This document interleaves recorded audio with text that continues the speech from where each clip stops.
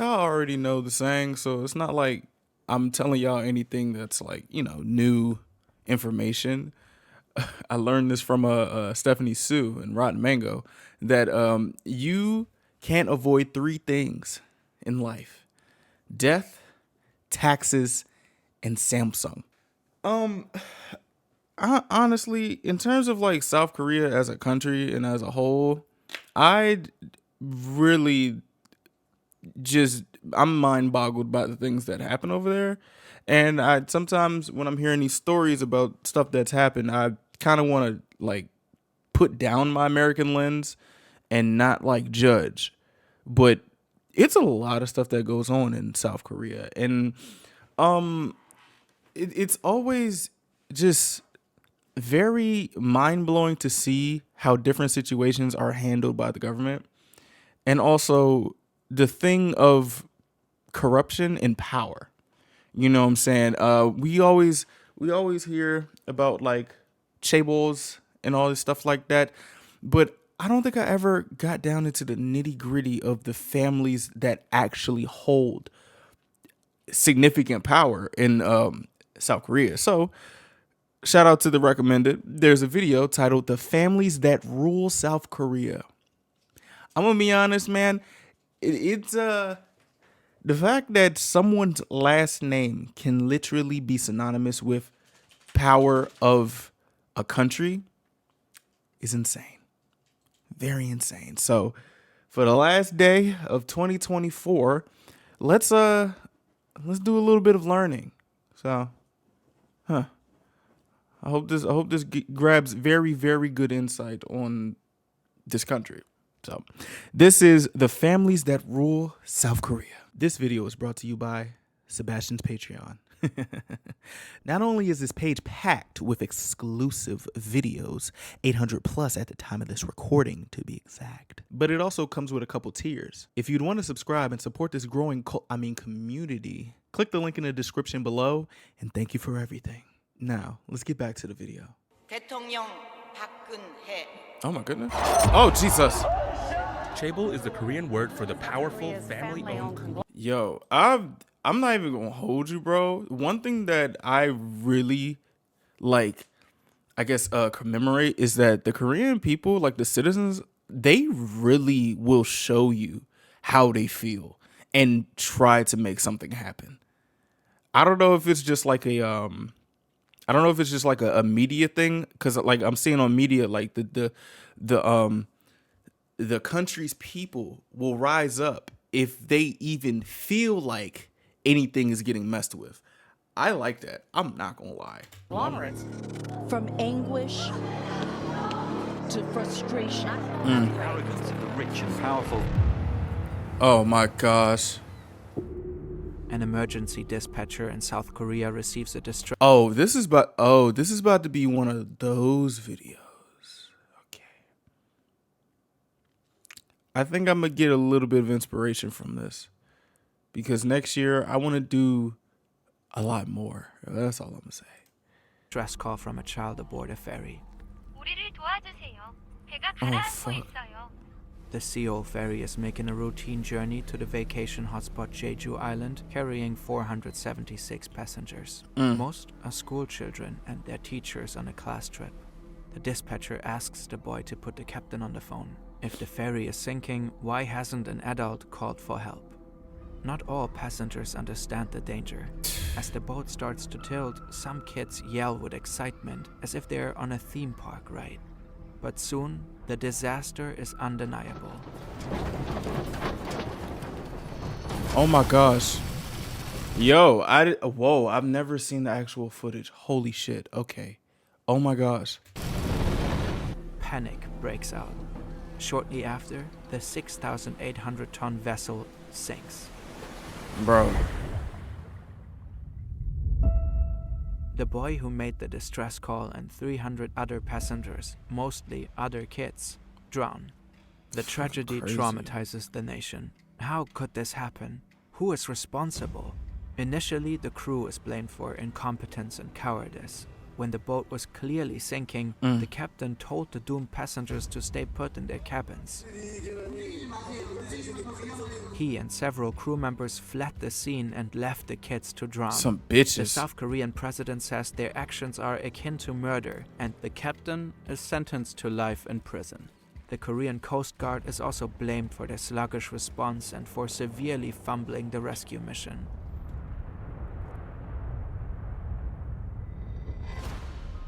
But then, an investigation reveals that incompetence isn't the whole story.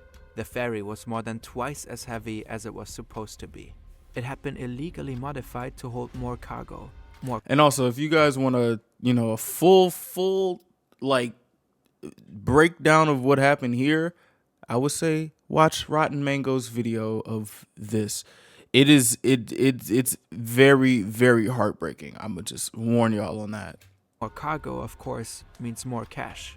The nation is outraged that someone so clearly prioritized profit over safety. Whoever owns the ferry needs to face the music. But who is it?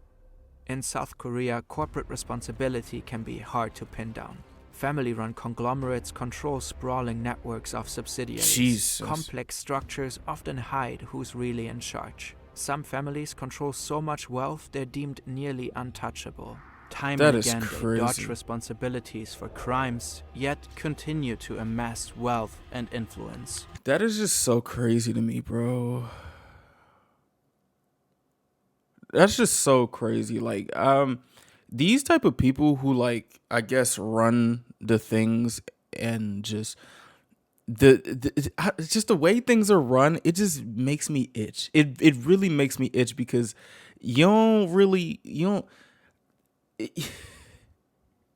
It's like a different level of disassociation to reality that I can't even fathom. I'm gonna be honest with you, and it always feels like it's something. It's always something that's bigger than just a tragedy that happens. It's always something. There's always something to blame.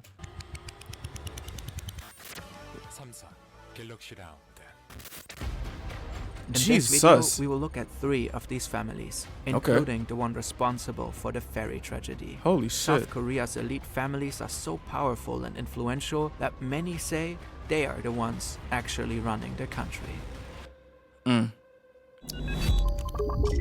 Fern.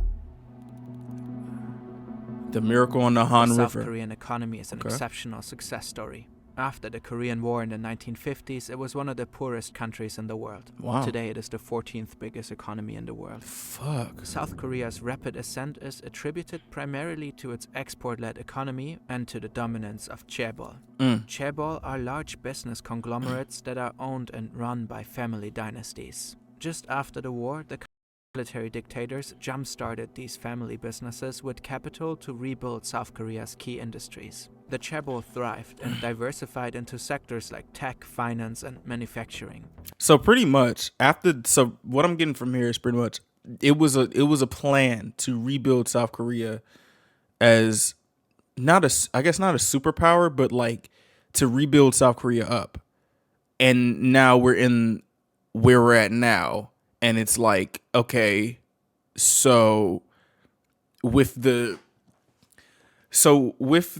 plan to rebuild this country, is this a type of situation that's like, do the ends justify the means? Because it's crazy, like, bro, it's crazy over there. Like, it's crazy how far money can just In go. just a few decades, Oh, hey, they helped BTS. transform South Korea into a global industrial powerhouse. Which is fire. It's often called the Miracle on the Han River. South Korea's top companies, Samsung, SK, LG, and Hyundai, are all family-run chaebol. And chaebol revenues account for the majority of the country's wealth. Fucking Samsung alone crazy. is responsible for a significant part of the country's GDP.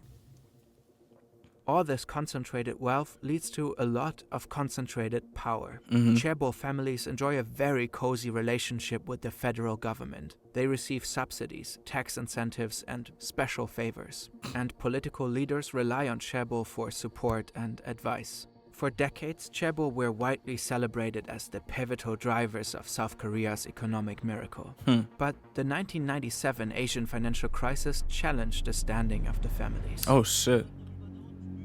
13 of the top 30 chaebol went technically bankrupt, revealing the risks of an economy relying so heavily on just a few companies. Nowadays, more and more South Koreans expressed concerns about the dominance of these conglomerates. Not only that, as the decades passed, the public watched chaebol repeatedly caught up in scandals and crimes, embezzlement, bribery, labor law violations, health crises. Bro, shit like this is just nuts. This is like, bro, you just back to back are showing the people that you don't give a fuck.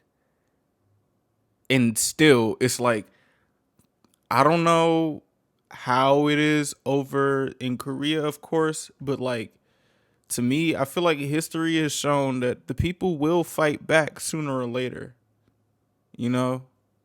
So it's like, are these big, powerful families not afraid of that happening? Because it doesn't seem like they actually care and they think they could just push what they're pushing until they're dead and gone and it's somebody else's problem.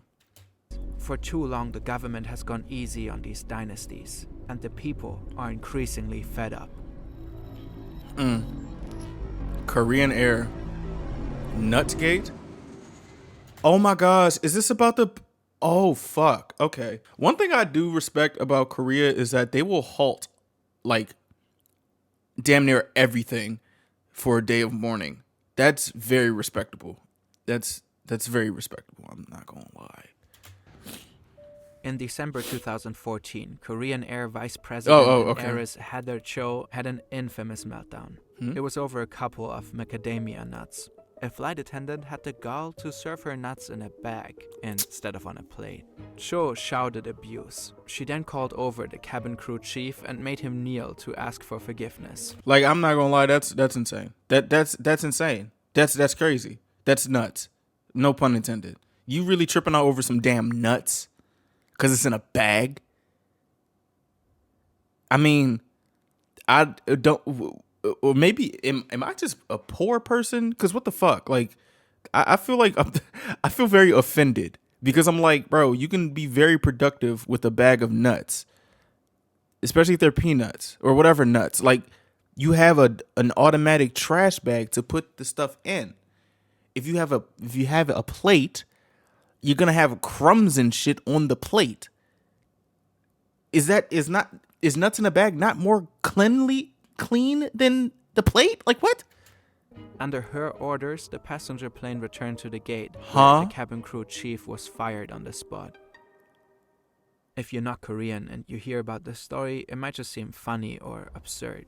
But in South Korea, it was fuel to the flame of growing public frustration. Yet another reminder of chaebol leaders' arrogance and entitlement. They took their rage to social media and later the streets. At first, Korean Air tried to downplay the incident. They released a statement saying that because Cho's executive role was to oversee cabin service, it was only natural that she would discipline an offending staff member. Nigga, but what? People weren't having it. The public already had issues with the Korean Air dynasty and their shameless antics. A few years prior, Cho's brother was investigated for pushing an elderly woman. Her father has been convicted of tax fraud. Oh my and Cho gosh. herself was criticized for strategically giving birth to her twin sons in the US, which exempted them from South Korea's compulsory military service.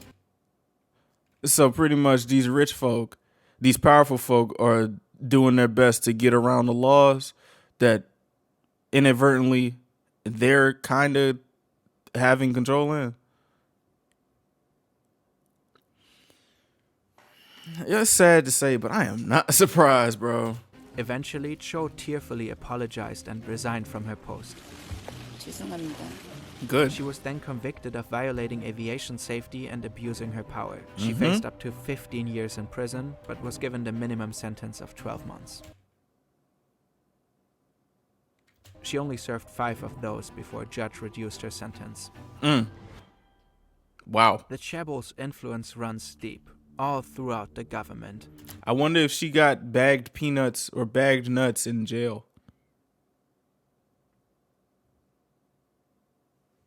even to the very top.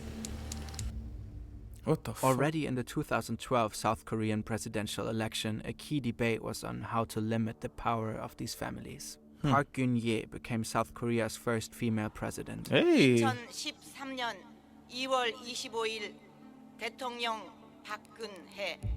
When she took office, many So I'm not really okay, so y'all please, I'm very ignorant to this, so please be patient with me. Is that not like a very, very good feat to have a woman president, knowing the climate of how women are viewed in South Korea? Or does that that misogynist stuff, does that like have a cap on it because somehow she's probably powerful? Or is it just like my American view of feminism speaking? I really would like to know, because like I'm just like, wow, okay, you have a woman president before America. Like I think that's cool. Aside from whatever the hell she's finna do in office with this power, just like on paper, it's like, oh, okay, interesting. worried it would be business as usual. Her father was Park Chung-hee, the military leader who took power in a 1961 coup. All right. He is considered the chief architect of the Chaebol system, and What? Geun-hye became her father's stand-in first lady when she was 22 after a North Korean assassin had killed her mother.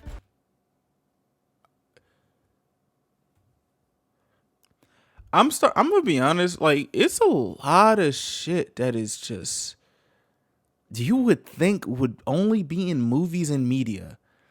But it's like in Korea, the stuff that's in movies and media literally are, if not already happened, it's very possible for shit like this to happen. Yo. Park Chung-hee's admirers credit him for the miracle on the Han River. His critics remember the cruelty of his iron-fisted rule and his imprisonment of dissidents. One of these was Miss Park's key rival in the election. His name is Moon Jae-in, a former human rights lawyer and anti-authoritarian activist during the dictator's reign. Okay. Now, in 2012, the ex-dictator's daughter campaigned on a more business-friendly platform than her liberal opponent Moon. She was focusing on reform rather than punishment. Her stance was that Okay. Chaebol might be unruly, but with the right reforms, they could play fair. But then Seevol happened. This incident was much bigger than run-of-the-mill embezzlement or tax evasion. Faced with a furious straight and traumatized greed, public, bro. Park vows to bring the accountable people to justice.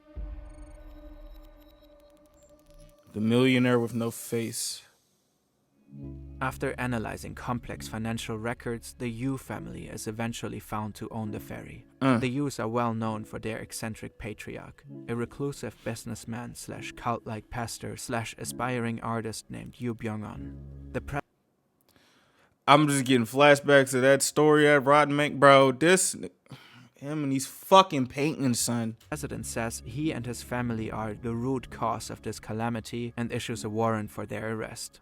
Yu Byung-on keeps a low profile and is rarely seen in public. He's known as the millionaire with no face. And now, he's nowhere to be found. Nigga left. President Park kicks off the largest manhunt in South Korean history to find Yu. She mobilizes the military and nearly 10,000 police officers to raid the headquarters of the Evangelical Baptist Church of Korea. Bro, I'm like,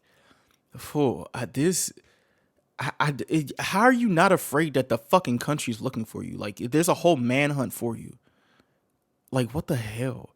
I'm going to say like something like hearing stories like these, it like makes me want to, or it just gives me a little bit of a drive to try and do stuff like this, but the right way. Like, is there anybody in history that's able to have power like this, but do it in the right way? And I'm not saying like the 100% right, because you will always have people against you. So I mean, like, just whatever fucked up thing that's happened, doing the opposite and the right thing. I'm trying to figure out, like, is that plausible to work to bring a country to I guess, the goal that they want to get to. Because when that happens, it's like you try to do the right thing, but then you got people who are corrupt as hell trying to break you down. It's like corruption is literally inescapable.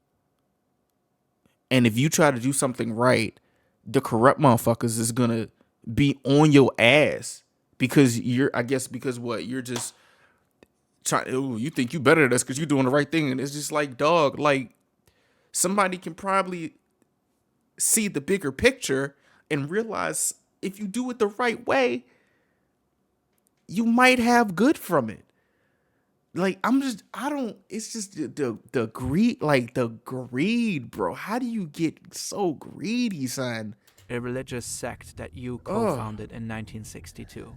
Yu is a charismatic and inspiring speaker. He was able to attract a substantial following and elicit substantial favors. By the 1970s, Yu's growing church became a money-making enterprise. He persuaded members to donate to or invest in companies linked with the church. Those companies sold a wide range of products, from organic milk to auto parts to anima kits. These companies made Yu and his church very rich. At that time, South Korea was still poor and money for investment was scarce. The government granted capital to only a select number of families. Okay. But Yu's approach of raising funds through evangelizing allowed him to rapidly grow his businesses even without governmental support. By the 1980s, his business network was considered a mini chaebol. So this man really used the foundation of giving people that foundation, that spiritual foundation, and telling them, hey, come invest in these companies. Because that's what God wants.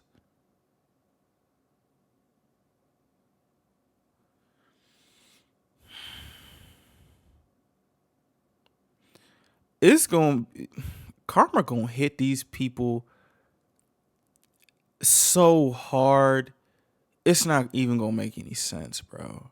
Like this, I feel like the types of crimes that are done with this much power, the karma is gonna hit grandchildren's a millionfold, because it just keeps building up.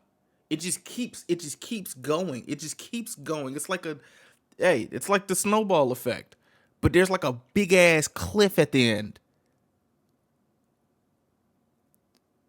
Like a 1,000-mile mountain that snowballs down, and when it falls, that fall is so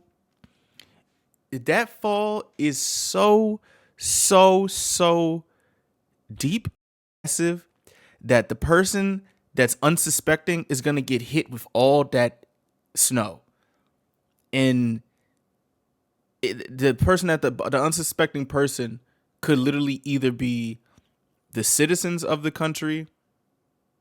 I'm not even going to be on no like, oh, the person born from this family is going to have all the shit. No, the citizens from the country are going to be hit with this snow, and it's not going to be good. It's not going to be good, man. Like, fuck. But then controversy hits. Uh-oh. What'd he do? In 1987, 32 alleged members of Yu's church were found bound, gagged, and dead in the attic of a factory near Seoul. The authorities ruled the deaths as a murder-suicide pact linked to debts they couldn't pay. After the victims' financial records were probed, money was found going to Yu. He was investigated for suspicion that he was behind the alleged suicides, but the charges were dismissed due to lack of evidence. Nevertheless, courts did find evidence that he was using church members' money and properties to enrich his businesses. In 1992, Yu was jailed for fraud. Fucking, oh my gosh. Once released from jail, Yu attempts to restore his image. He gets really into nature photography and starts exhibiting his work under the pseudonym Ahe. He pays top museums worldwide like the Louvre to display his pictures. It's like, bro, we know what you did. You not gonna. Pepperidge Farm always remembers. Always. You're not hiding this in some. Try to redo your image. Like, ooh, these some pretty paintings. Nigga, you are still a. It's like. It's like these powerful people are so smart to find a method to get power, but they're so dumb in trying to change the minds of people as if like they're gonna forget. This ain't Men in Black. You can't flash no shit in someone's eye and make them forget. Especially when what's happened. But I don't know. I honestly don't know how they just skate by. I don't know how they just skate by. I don't know how. I just don't know. And tries to build a reputation as an art star who is rarely seen in public. All, it appears, You ain't as an Banksy, effort nigga. to distract from the negative press. He also continues to be invested in various businesses. One of his more profitable ventures is this shipping company. At least $3.8 million went directly to the Yu family. It's the same company that owns and runs the Seawall ferry. 2 months after the ferry sank, Korean police raid Yu's compound. We're on your Hundreds of ass. sect members are protesting the raid and attempt to build a blockade. Large banner reads, "We'll protect Yu Pyongyang even if 100,000 church members are all arrested." Helicopters swirl overhead. Some cult members threaten to fight the police. Others vow to die as martyrs. But after combing the massive compound, the cops leave empty-handed. They don't know it yet, but Yu is hiding in a secret closet Bruh. 300 kilometers away in his holiday home. A few days after the raid, and 18 days after Yu was last spotted, a farmer finds a dead body face up in an orchard. It's in an advanced state of decomposition, almost skeletal. It's at first impossible to tell who it is. We know who it Corpse is. is wearing expensive Italian clothes and is surrounded by bottles of rice wine, a bottle of shark liver oil, and a book written by Yu. After a 3-day autopsy and over a month of investigation, authorities confirmed that it is indeed Yu. A cause of death is never determined. More and more damning evidence keeps coming out about the government and the ferry. Auditors discovered that Coast Guard officials apparently turned a blind eye to the ferry's glaring safety problems after getting courted by Yu's shipping company over drinks at lavish dinners. Just greed. Some admitted to letting the ferry pass through inspection points, only guessing from a distance whether the ferry was overloaded. A major factor in its excessive weight turned out to be a marble art gallery on board. How do you just have are you proud of this? Blood is on your hands because you wanted to put your fucking art in the boat, nigga. Put that shit on Instagram like the rest of us. Yu personally insisted on adding it to display his artwork on the ferry. Marble One man's too. greed had sunk the Seawall ferry. And Fuck. as more and more South Koreans were starting to believe, the government's negligence had let it happen. Some Korean families like Yu's are wealthy enough to convince government employees to turn a blind eye to their misdeeds, like fudging ferry inspections.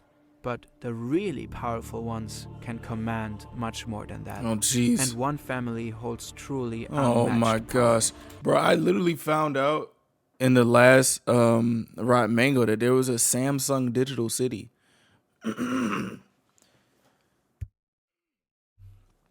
That's fucking crazy, bro. Casting a shadow over all others. The Crown Prince of Samsung. Do y'all think my question is, what if, and this is hypothetical, what if someone who was born from this Samsung family, or just like these chaebol families, what if they go against everything that the family has been for, and they're a literal black sheep? Would they be? Do y'all think that they would be I guess held accountable for the sins of their family members? How would y'all view them? Like, to say, but if they actually set themselves apart from the family, like, what do you guys think the mindset would be towards them? And say oh, if they messed up a little bit, then would the outrage be tenfold just because of the sins of the family? I do find that kind of interesting as well. But at the same time, I don't really see that being a thing, because of how powerful these families are. It's like you got to have some level of rebelliousness to do that. And hey, I don't know, but what do you guys think? In What the the months hell? after the Seawall tragedy, candlelight vigils turned into weekly protests, calling for truth and accountability for the government's involvement in the disaster. Oh my. Frustration grows, and people start demanding for Park to be impeached. Oh shit. The government cracks down hard in response. Police use water cannons and pepper spray on thousands of protesters. Nigga. Authorities illegally collect intelligence on mourning families in order to suppress anti-government protests. But anger and frustration continue to grow. And in 2016, another huge scandal erupts. What It happened? reveals that President Park is most certainly not the leader who will reign in chaebol power. In fact, she's especially cozy with South Korea's most powerful chaebol families. Illegally cozy. Oh shit. President Park is Li- tangled in a web of backroom deals with leaders of Samsung and other corporate executives. Oh. Park accepted substantial bribes in exchange for governmental favors. Samsung made a $36 million donation to her best friend's nonprofit, which Park rewarded by greenlighting a controversial merger. This merger gave the Samsung family even more control over the country's most powerful chaebol. Nigga. The head of the family is Lee Jae-young, often called the Crown Prince of Samsung. The bribery scandal toppled Park's presidency. 피청구인 대통령 박근혜를 파면한다. She was the first ever president of South Korea to be impeached. Shit. She was sentenced to 24 years in prison and fined $17 million. Lee Jae-young was also arrested and sentenced to 2.5 years. Oh. Park is succeeded by Moon Jae-in.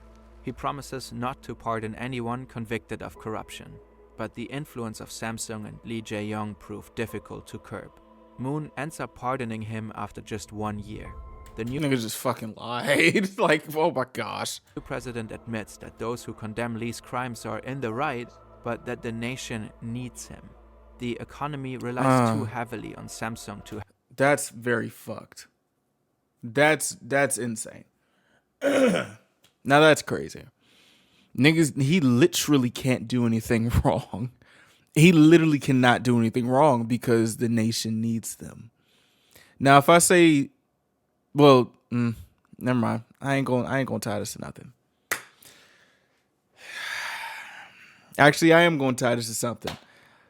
The government, when apparently they scammed BTS for that fucking concert that they did. Don't y'all think BTS, the country needs BTS or something? Like, is that not a thing? Going off of like what happened when they literally said, well, when that accidental, that accidental mistranslation of the hiatus. No? Cool. All right. Cool. have its leader in jail. With so much power, Lee Jae-young is effectively above the law. And in some ways, this pardon was just business as usual. Lee's father had also been convicted of bribery and fraud in the 90s, but hadn't served a day of his sentence. Bro, In 2022. imagine you work your ass off so hard to create a dynasty to where your family does not even get punishment for the shit that they do. That's a level of like a soft, like, nigga, oh my gosh. That's some real untouchable stuff, bro. Oh my goodness. Poll recorded 70% of the public approving the decision. Experts say it's because people fear an economic downturn. They believe if Samsung does well, South Korea does well. Lee continues to occupy a top position at Samsung, now as CEO of Samsung Electronics. Question. How do y'all feel about Moon in this decision? This is also I believe this is also like a sense of the ends justifying the means. Because like the dude said, bro, we not finna pardon people who do bad. And then like this dude rarely gets punishment, but the reason is because The country needs him to run it. My question is, if that company runs so well, it can't be an autopilot for a good amount of years. It can't be an autopilot for 10 years, 20 years, 15 years. You know, like, or is he literally the literal crown prince who has all the ideas and it's like, yeah. Okay, so what if he passes away and has to pass on the info to keep the company running? Someone's just gonna step in and just say fuck it. We ball. If that's the case, and you have to, if that's the case, and you have to do a changing of the guards in terms of this stuff when he's no longer able to serve, how come they can't do that in this situation if he goes to jail? You know, it's like, yeah, he's a table. Yeah, he's the crown prince. Send this nigga to jail, though. Maybe for a couple years, whatever. But it's like, you tell me this company is this powerful and they can't go on autopilot and just run shit and coast for like 10 to 15 years. Maybe I'm just not that business savvy. I'm just over here assuming things. So I guess not. I don't know. What do you guys think? Like, how would you view Moon? He's like, bro, I know I said this, but literally the country is on, like, the country revolves around this nigga. He can't go to jail. Like, you can't give him like any restrictions or anything, like take away some of like his ability to change shit. Like, I don't know. Like, this is probably why I'm not a fucking politician. He's also the country's richest person. Wow. Already before, President Moon unexpectedly pardoned the former President Park after she served 5 years of her sentence. The reason he gave was to promote the people's unity. The dictator's daughter and the crown prince of Samsung both walk free. And while many everyday South Koreans express frustration with corruption, chaebol still hold considerable appeal. They're by far the most desirable places to work. Top chaebol offer much higher wages than regular companies. Every year, over 200,000 South Koreans scramble to apply for Samsung. Fuck. As long as South Korea's wealthiest families control so much of the country's economy, the question remains if real reform is even possible. Yo, this video is fire. This video is fire, and I do find it pretty informative to what really goes on in that country. In my opinion, I think, and I'm just like going off of my young mind, I think it's just not the time for Korea to have real reform away from what's going on now. Things like that take real time, and just like as the ball's rolling with these companies and all this shit going on, I don't see any type of reform anytime soon. In all honesty, because it's like so much going on over there, you know. But like, Fern didn't even talk about the Itaewon thing. Like, it's just so much. It's like a bunch of shit that happens in this country, bro.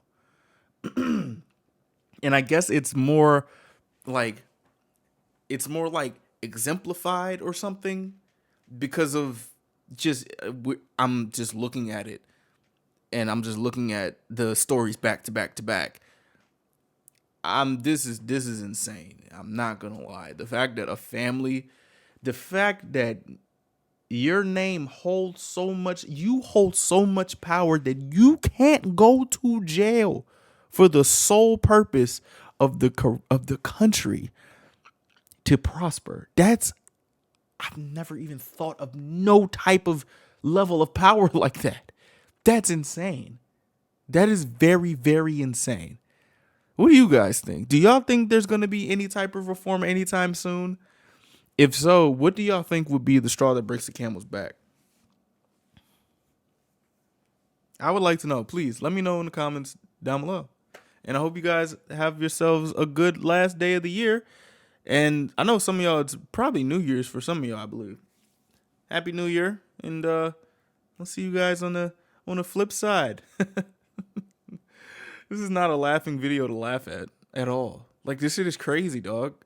And I just know there's going to be so much more info that comes out about other things. And it's like, when is it going to stop?